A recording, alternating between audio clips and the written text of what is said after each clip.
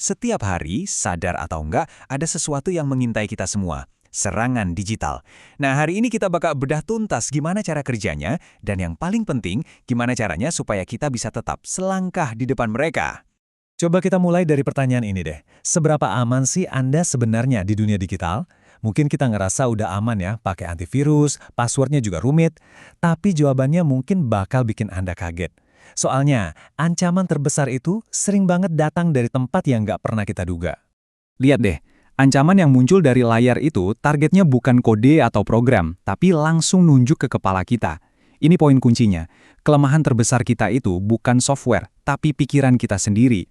Serangan cyber yang paling efektif itu nggak nargeting byte, tapi nargeting bias, emosi, dan kelengahan kita. Oke, kita masuk ke bagian pertama, serangan lewat pikiran. Di sini kita bakal lihat gimana para peretas itu mengeksploitasi kelemahan terbesar kita semua, yaitu, psikologi manusia. Istilah kerennya itu social engineering. Ini bukan soal kode-kode rumit, ini tuh seni menipu. Penyerang nggak ngejebol firewall kamu, mereka ngejebol kepercayaan kamu. Mereka memancing rasa panik dengan email, waduh akun Anda akan diblokir, atau rasa penasaran dengan link, lihat deh foto memalukan ini. Semuanya dirancang supaya kita lengah dan bikin kesalahan fatal. Dan bentuknya yang paling umum adalah phishing, beneran kayak mancing. Ini tuh ibarat nelayan yang nebar jaring seluas-luasnya. Mereka kirim ribuan email generik, pura-puranya dari bank, layanan streaming, atau toko online, dengan harapan ya ada aja 1 atau 2 orang yang nggak fokus dan kena pancing buat ngasih data mereka. Nah, kalau tadi itu jaring, sekarang kita ngomongin tombak. Namanya spear phishing. Serangannya jauh lebih personal, lebih tertarget. Penyerang bisa aja nyebutin nama atasan Anda, proyek yang lagi Anda kerjain, atau bahkan nama kucing Anda. Semua info ini mereka kumpulin dari media sosial, biar email palsunya terasa asli dan meyakinkan banget. Dan di puncak rantai makanan ini, ada yang namanya whaling. Ini udah bukan lagi nangkep ikan teri, tapi berburu ikan paus. Para target kelas kakap kayak CEO atau pejabat tinggi. Pesannya super canggih, mungkin niru gaya email asistennya, atau nyebut-nyebut rapat rahasia yang beneran ada, semuanya demi menipu orang paling penting di sebuah perusahaan. Coba bayangin, Anda dapat pesan kayak gini dari bos. Mendesak, minta transfer darurat. Mungkin Anda bakal curiga kan? Tapi, gimana kalau pesan ini datang dalam bentuk telepon? Atau pesan video singkat dari bos Anda? Nah, disinilah Defect Fraud mengubah segalanya. Pakai AI, penipu bisa niru suara dan wajah atasan Anda dengan sempurna. Penipuan ini jadi hampir mustahil buat dideteksi. Oke, dari pikiran, sekarang kita geser ke perangkat keras. Bagian kedua, saat perangkat Anda melawan balik. Di sini kita ngomongin soal malware, kode jahat yang bisa mengubah HP atau laptop kesayangan Anda jadi musuh dalam selimut. Salah satu malware paling rusak itu ransomware, dan sekarang versinya makin kejam, namanya pemerasan ganda.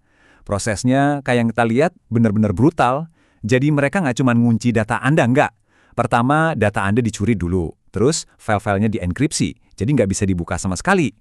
Baru deh ancamannya datang, bayar tebusan atau semua data pribadimu kami sebar ke publik. Ini pemerasan level double. Sekarang yuk kita kenalan sama 2 maling senyap ini. Di sebelah kiri ada spyware, tujuannya jelas, nyuri informasi Anda, password, nomor kartu kredit, apapun itu.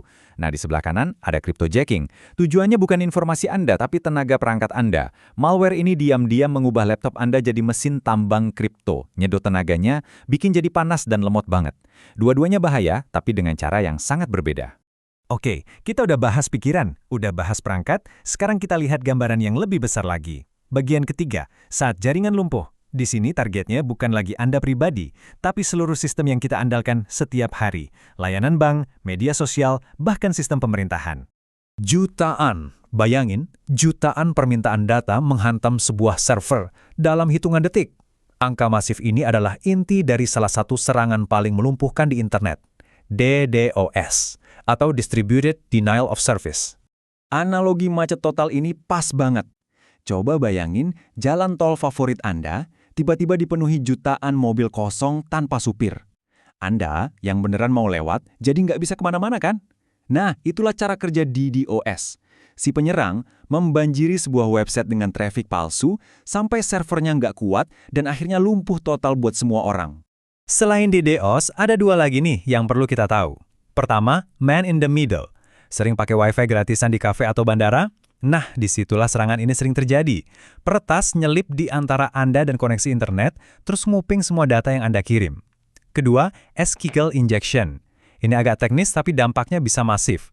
Cuma dengan masukin kode aneh ke kolom pencarian di sebuah web, peretas bisa ngejebol dan nyuri seluruh database perusahaan itu. Dan ini ngebawa kita ke bagian terakhir, bagian yang paling futuristik dan sejujurnya yang paling bikin khawatir.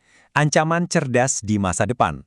Kita akan lihat gimana AI itu bukan cuma ngebantu kita, tapi juga ngebantu para penjahat siber. Coba bayangin peretas zaman dulu. Aset mereka yang paling berharga itu ya waktu. Butuh berjam-jam, berhari-hari, bahkan berbulan-bulan buat riset, nyari celah keamanan, dan nyerang secara manual. Sekarang, lupakan gambaran tadi. Waktu udah bukan masalah lagi. Kenapa? Karena sekarang AI yang bekerja untuk mereka. AI bisa riset dalam hitungan detik, nemuin ribuan celah keamanan dalam hitungan menit, dan ngelancarin serangan-serangan canggih secara otomatis. Jadi, apa aja sih senjata di gudang AI ini? Pertama, ada adversarial AI. Ini intinya AI yang dilatih buat nipu AI lain, misalnya sistem pengenal wajah. Kedua, pemindaian otomatis, di mana bot AI nyisir internet tanpa henti buat nyari celah keamanan. Dan yang ketiga, ini nih yang mungkin paling nyebelin, MFA fatigue. Pernah nggak sih HP Anda tiba-tiba dibanjiri notifikasi login? Itulah taktiknya. Mereka sengaja kirim permintaan non-stop, berharap Anda capek, dan akhirnya asal pencet setuju, cuma biar notifnya hilang. Dan semua ini membawa kita pada satu pertanyaan terakhir yang sangat penting. Selama ini kita mungkin khawatir mesin akan jadi lebih pintar dari kita. Tapi gimana kalau tantangan sebenarnya adalah ketika mesin jadi lebih licik dari kita? Kalau mesin sudah belajar menipu, gimana caranya kita bisa percaya lagi sama apa yang kita lihat dan dengar di dunia maya? Ini adalah pemikiran yang bakal membentuk masa depan digital kita semua.